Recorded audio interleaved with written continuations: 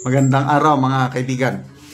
Bigyan natin ng reaction, opinion itong post ni Sas Rugando Sasot bago pa 16 minutes ago. Tungkol ito sa baho.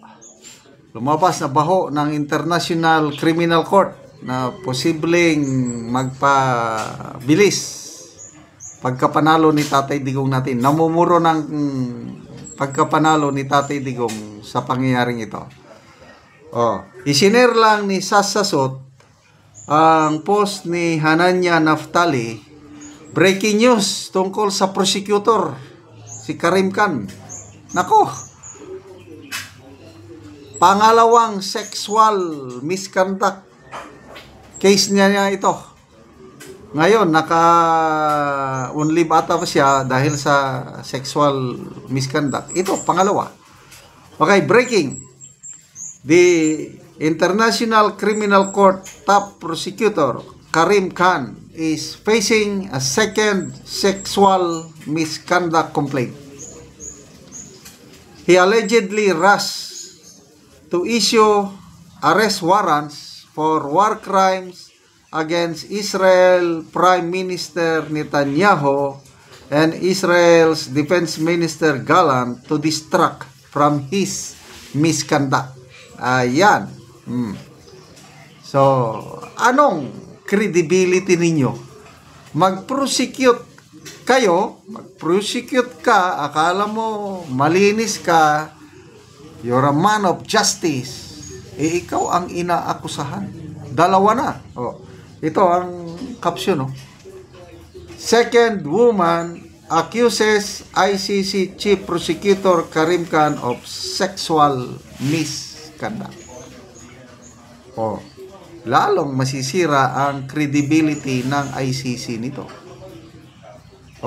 Ang kampo ni Tatay Digong natin nag-file ng motion ba yung tawag doon, asking for the disqualification of this prosecutor. Sana pagbigyan ng korte dahil masama ang dating. Magbasa tayo. Fragile heart, we can tell by looking at his face. Oo nga, ang kanyang mukha.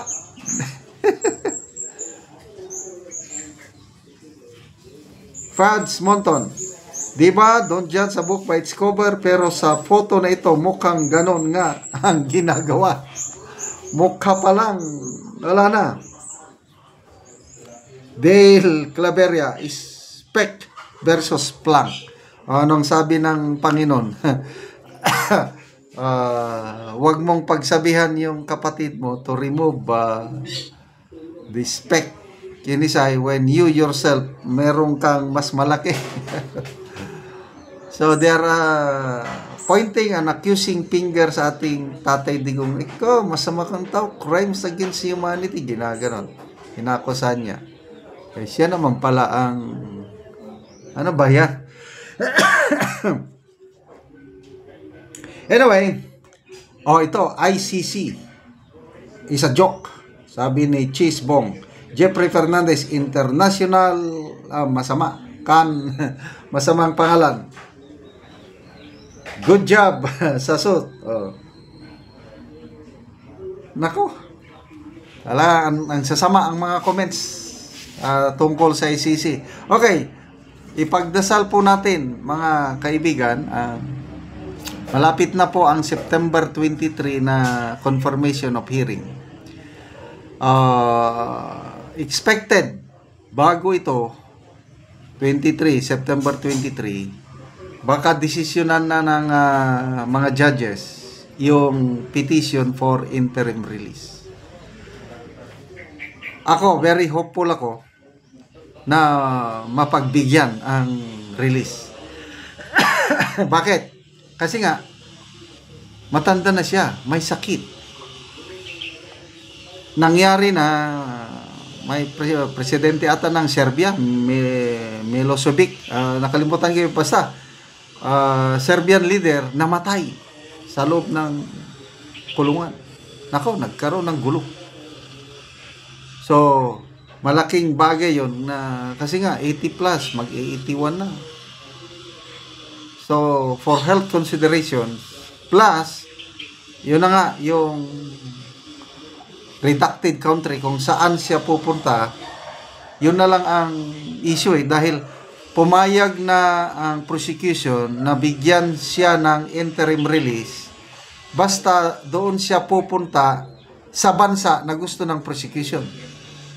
Ito namang defense, Senator Kaufman, may ibang bansa na gusto nilang doon pupunta si Tatay Digong. So, it's just a matter of selecting the country kung saan siya pupunta. Kasi basically, pumayag na ang prosecution na ma-release. Kasi nga, nasa rules yan ng nasa rules yan ng ICC na pwedeng interim release. Kaya kung ako, kahit dito na lang sa bansa na gusto ng prosecution, basta makalabas siya. Kaya kung nakalabas na siya, mas okay na dahil mabisita na ang kanyang pamilya. Hindi katulad dyan ngayon sa detention facility na ang hirap. Kailangan mo pang paalam. Importante yung makalabas ang ating Tatay Digong. Kaya pagpatuloy po natin ng pagdarasal. Ako, everyday, kasama sa dasal ko si Tatay Digong, of course, the whole Duterte family, pinagdarasal ko, BP Sara, yung safety niya. Kasi, baka kung, di ba, may plan A, sabi ni Senator Remy. Plan A, charter change, they fail.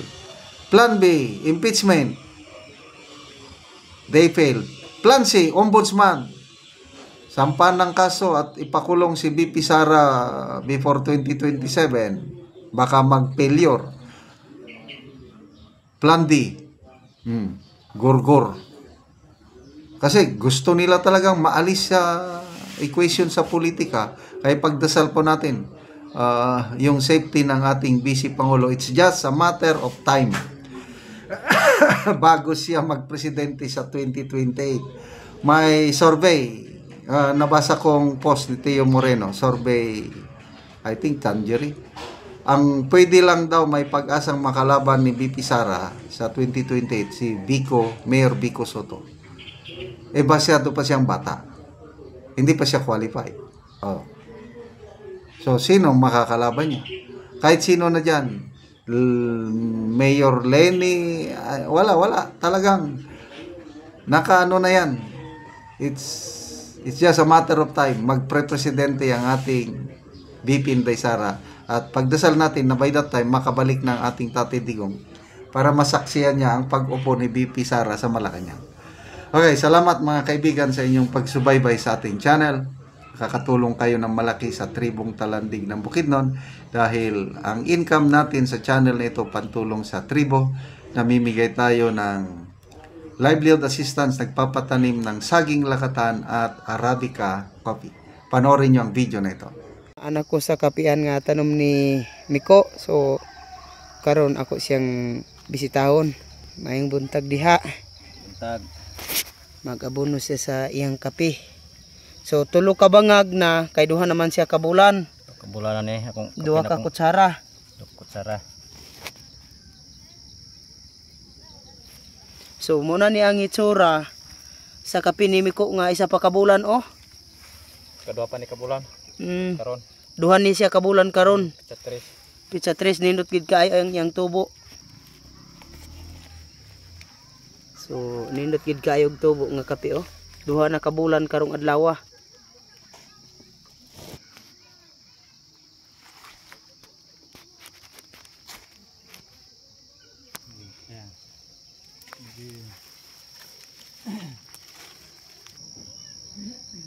Duha pa kabulan daghang kay sanga.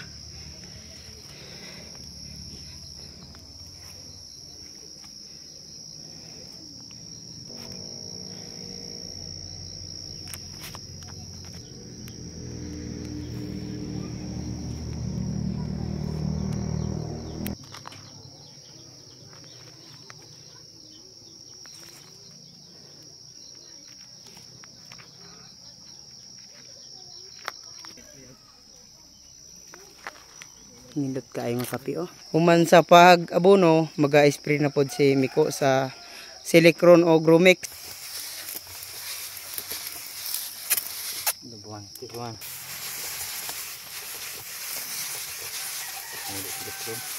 Salamat sa Ginoo nga nagsuportara ng kape. Oo. Magbunga ni mahawas na misa among kalisod. Oo, so salamat kaayo. Salamat ka sa Ginoo. Mm.